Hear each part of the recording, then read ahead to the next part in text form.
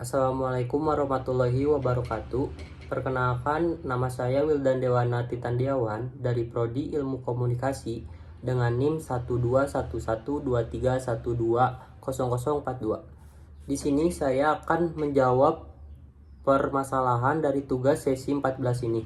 Permasalahan yang pertama yaitu buatlah analisis gaya kepemimpinan Bapak A dan identifikasi faktor-faktor yang mungkin menjadi penyebab karyawan merasa tidak termotivasi. Menurut saya, gaya kepemimpinan Bapak A yang otoriter merupakan salah satu faktor yang menjadi penyebab karyawan tidak termotivasi. Menurut saya, gaya kepemimpinan si Bapak A yaitu gaya kepemimpinan 3 dimensi dan lebih condong ke gaya oktorat, yang mana gaya kepemimpinan ini memberikan perhatian yang maksimum terhadap tugas dan minimum terhadap hubungan kerja dengan suatu perilaku yang tidak sesuai. Pemimpin seperti ini biasanya tidak mempunyai kepercayaan kepada orang lain dan hanya tertarik pada jenis kerjaan yang segera selesai. Berikut ini merupakan beberapa faktor yang mungkin menjadi penyebab karyawan merasa tidak termotivasi. Yang pertama itu kurangnya pengakuan dan apresiasi dari atasan kepada karyawan yang menjadikan karyawan merasa tidak dihargai atas kontribusi dan kerja keras mereka. Yang kedua itu karena gaya kepemimpinan Bapak A yang otoriter menjadi salah satu faktor penyebabnya. Yang ketiga, beban kerja yang berlebihan dan tanggung jawab yang diberikan tanpa adanya dukungan yang memadai membuat para karyawan merasa tidak termotivasi.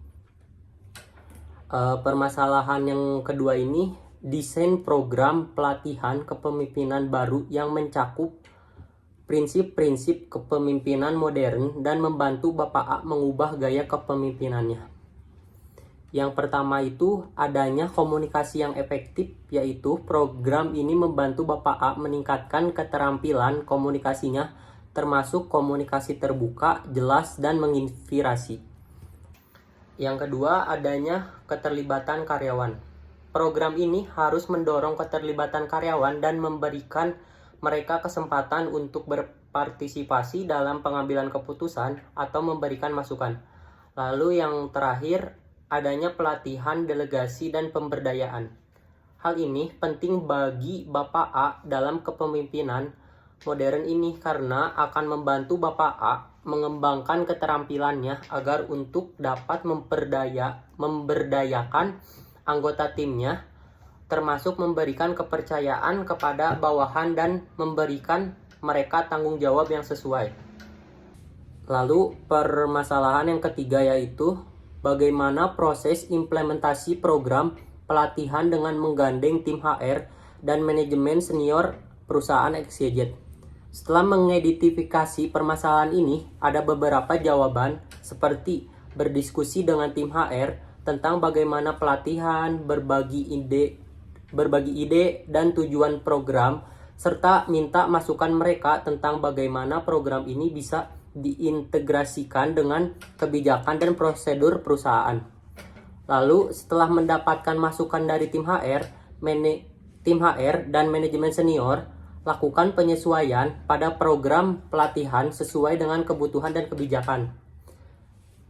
Dan setelah itu minta persetujuan resmi dari manajemen senior untuk melaksanakan program ini.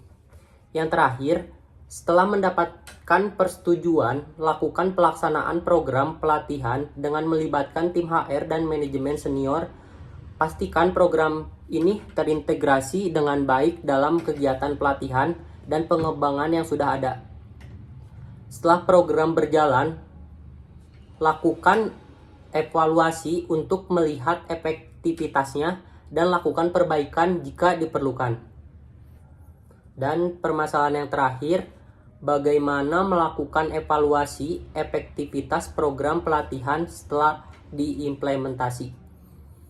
Menurut saya yaitu dengan melakukan survei atau wawancara dengan karyawan untuk mendapatkan umpan balik tentang perubahan yang mereka lihat setelah program pelatihan ini berjalan, dan evaluasi kinerja dengan membandingkan kinerja karyawan sebelum dan sesudah program berjalan, apakah ada peningkatan dalam produktivitas setelah program ini berjalan? Sekian jawaban permasalahan tugas sesi 14 ini dari saya. Wassalamualaikum warahmatullahi wabarakatuh.